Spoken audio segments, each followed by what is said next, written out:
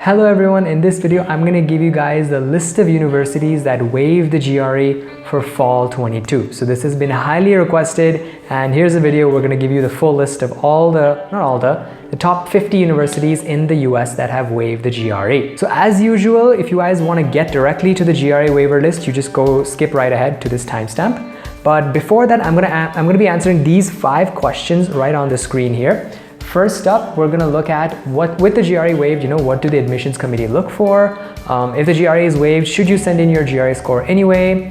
Will competition rise because of the GRE waiver? Are TOEFL and IELTS waived too? And finally, what about universities outside the US? So let's get started with the first question. What do universities look for now that the GRE is waived? So the GRE was a way, or is still a way, for universities to judge your academic ability, right? Which means how well will you be able to study, in the program? Will you be able to pass all the classes? And will you struggle in your master's or PhD MBA program and so on? Now that they don't have the GRE anymore, what they'll be closely looking at is your GPA, right? So now your GPA will become doubly important, right? Because that's the only indicator left of, to prove that you are a good student, that you can study, that you'll be able to pass all the classes well, and just generally succeed in the program.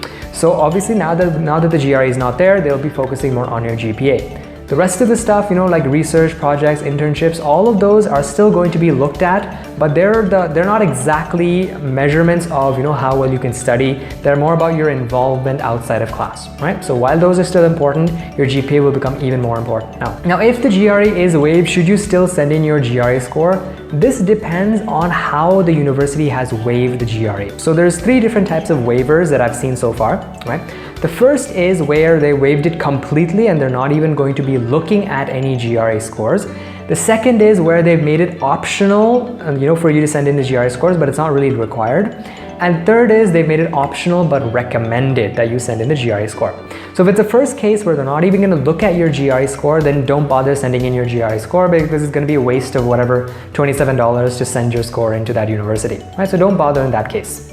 Second, if they have made it optional, then yes, you probably should send in your GRE score in most cases. So I've discussed this a little bit more in another video. I'm going to be leaving that link in the chat if you guys want to go check that out. So that talks about how, depending on what kind of profile that you guys may have, how you can decide whether you should write the GRE and submit a GRE score and so on. Right? So it's a little bit complicated.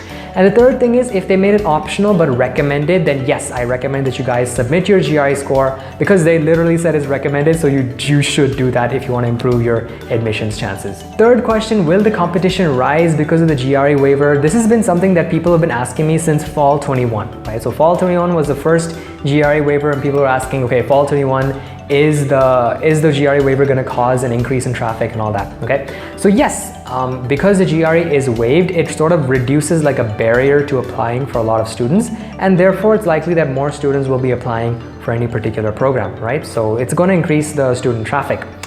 But that doesn't mean that you should stop applying to fall 22, you should wait for fall 23, right? Because the students who maybe decided that, okay, fall 21, it's too risky because of the GRE waiver, too many people are applying, so I'm going to wait.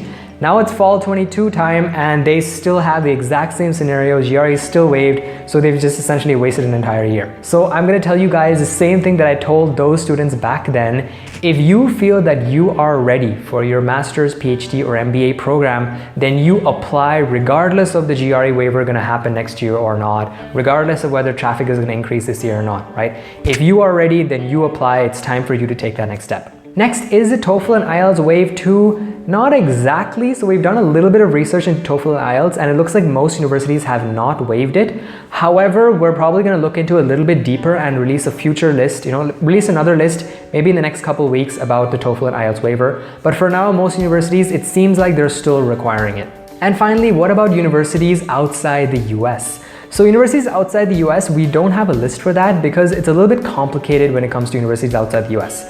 Because outside the US, most universities, they don't have a GRE requirement, right? Many universities will allow you to submit the GRE score, but for most of these programs, they've never required GRE in the first place. So the question becomes, how do we judge whether a university has waived the GRE for fall 22 or if they've never required the GRE at all, right? And there's just too much of a scope outside the US because there's Canada, UK, Australia, Singapore, Europe. There's so many different countries, and we just don't have the resources to do research on all the different universities around the world, right? So what you guys want to do is, if you are applying to a university outside the US, I recommend that you go to your program's website and then check the status of the GRE. Right? If they waived it, then that's great. If they haven't mentioned it at all, then they probably didn't require it in the first place. And before I get to the GRE waiver list, I just want to remind you guys to subscribe to the channel because we have a ton of graduate program and GRE related information coming out every single week. So now without further ado, here are the list of universities that have waived the GRE for fall 22. First up is the Mechanical Engineering Department at MIT. So these guys have said that they will not use a GRE score as a basis for evaluating candidates in the fall 22 admissions process. So this is the kind of example where, you know, there's no point sending in your GRE score at all because they're not going to be considering it all, right? So don't send your GRE score in this case. Next up, we have Caltech. So Caltech says that the GRE is not required, and in most programs it will not be considered for admission, right? So this means that you actually do have to go find your program, and if they still say that, okay, they still consider the GRE for admission into that particular program, then it might be a good idea to send in your GRE score. But in other cases, no, you shouldn't send in your GRE score if they've used these words. Next up is Princeton. So Princeton, this is like the best university ever because, you know, thank God they've just created one link with, like, you know, the entire list of programs that have waived the GRE at their universities. So this made life a lot easier for us. So what you guys can see here is that some universities have made the test optional and not required for fall 22 admission. And another university, some other programs have made it recommended, right? Optional but recommended. So obviously, in the case of recommended, you should definitely send it. In the case of optional, not required, again, I have a video of that in the link.